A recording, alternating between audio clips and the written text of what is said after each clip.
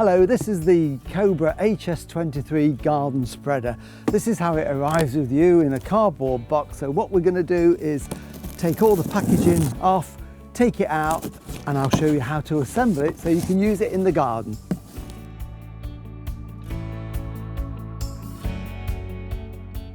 So here it is, all laid out on the table out of the box. So I'm going to show you now how to put it together. It comes complete with a manual, so read that. That's got all the instructions in there and all the components that you need to do it. You do need a few basic tools. So the nuts and bolts are 10mm, so helps to have a spanner or socket set to be able to put them together, and you need a crosshead screwdriver. Towards the end you'll also need a rubber mallet to be able to put the caps on the wheels. We're going to start with the plastic hopper here and put the handle on it. So what we need to do is just turn this upside down like that, and you'll see it's got these little plastic mouldings on there. The support stand is going to go on that way with the legs facing upwards. The holes are pre-drilled in the plastic, so we've got 4 large screws here, so we can just start those off by hand. Just make sure that they line up with a hole. That's there. Just get that going with my finger, and then they can be all put in and tightened down really tightly.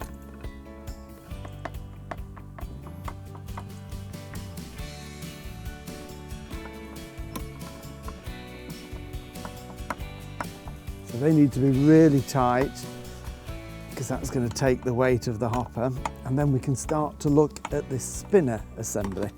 Next part is we can put the spinner on top of this shaft here. This is going to be the axle that the wheels go onto, so when they turn, this turns as well. So it's got a hole in the centre, it wants to be that way, and we're going to slide that down. Now notice here it's got 2 holes. We don't want the top hole, we want this hole here that's threaded. There's a thread there that we can put a little bolt through there. So I'm just going to slide that onto there, and then what you've got to do is to line up very carefully these holes. If I can just balance that there.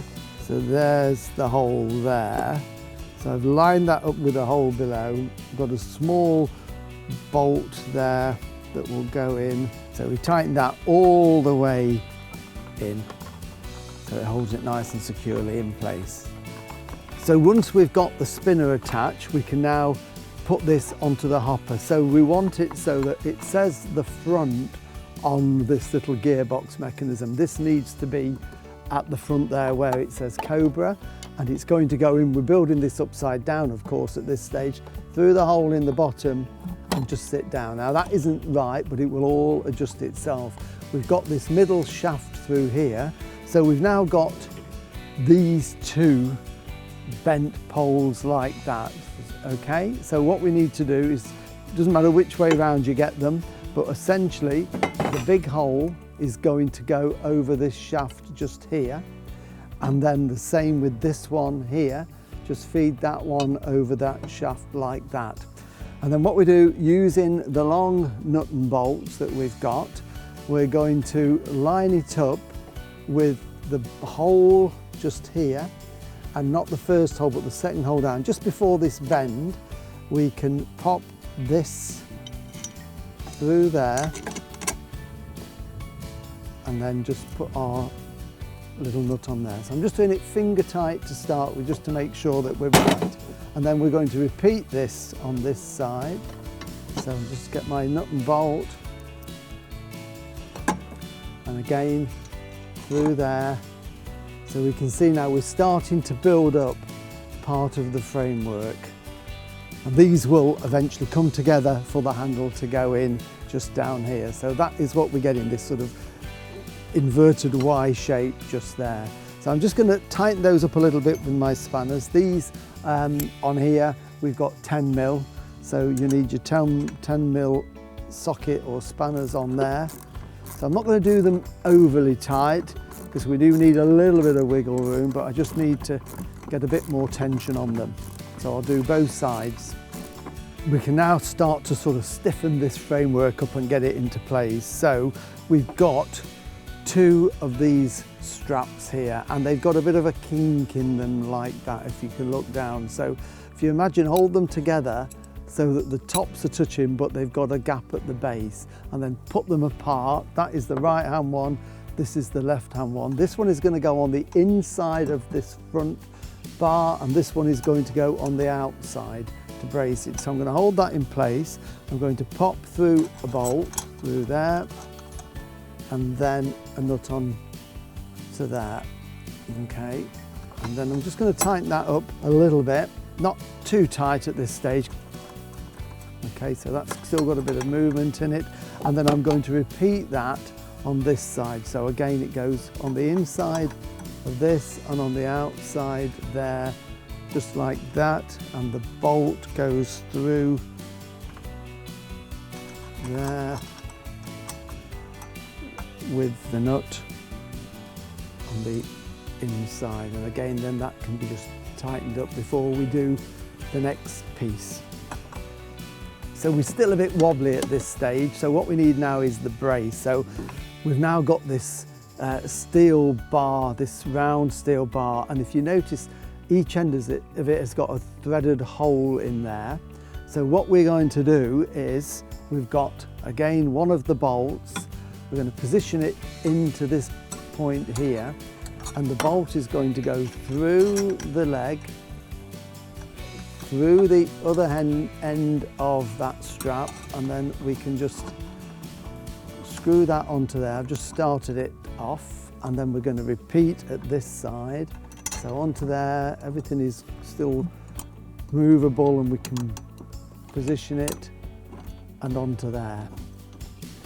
So already, even though this is just loose, it's given it that stability. So I'm just tightening this a little bit just to hold it in place, but not the final tightening because we've still got to put the handle on yet. Next step, we can put the wheels on. So again, very simple to do this. So you'll notice we've got these sort of plastic bushes here. So the first one is going to slide on over the axle, and you'll notice in the framework here there is a little groove on this framework, and we've got this little bit that sticks out on this bush. So we need to pop that on that way. So as you slide it along, it fits into there nice and neat, and that just stops that turning. That's what that's for. And then the other one, the smaller one, goes on, and this section here will go inside of that one. So that keeps that nice and tight like that.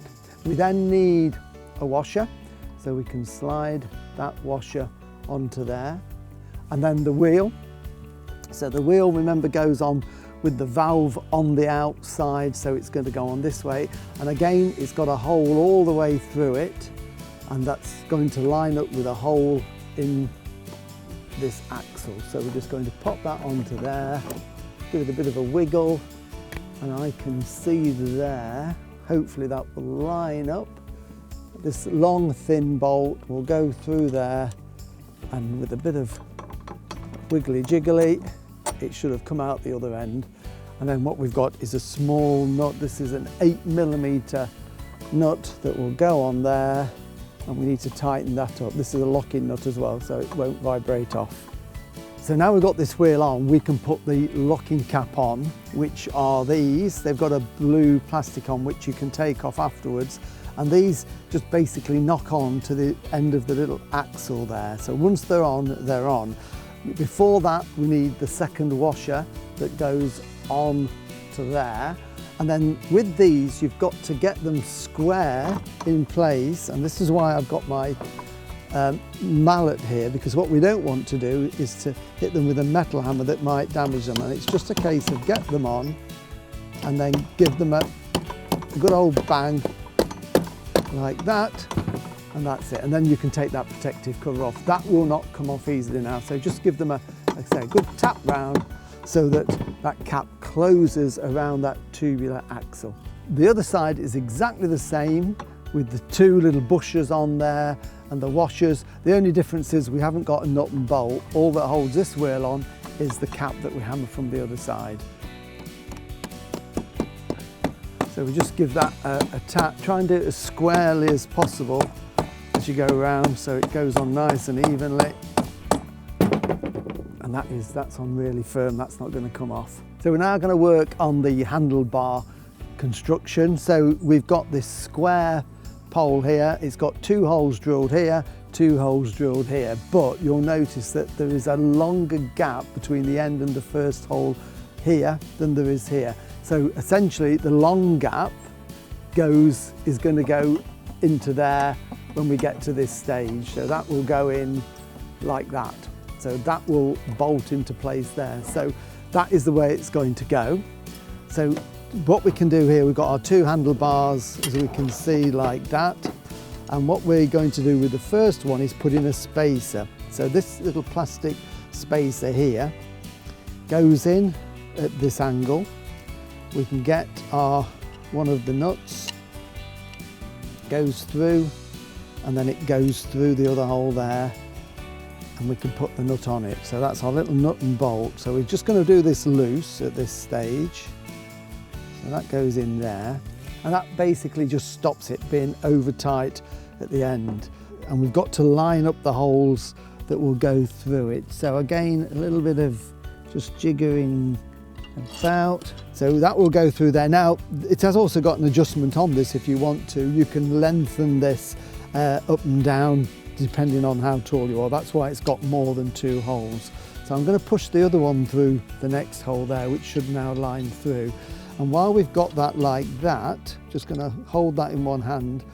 This control here is how we operate the actual spread of the holes, the aperture in it. So that will then go on to those 2 holes as well, and then I can put my nuts on them.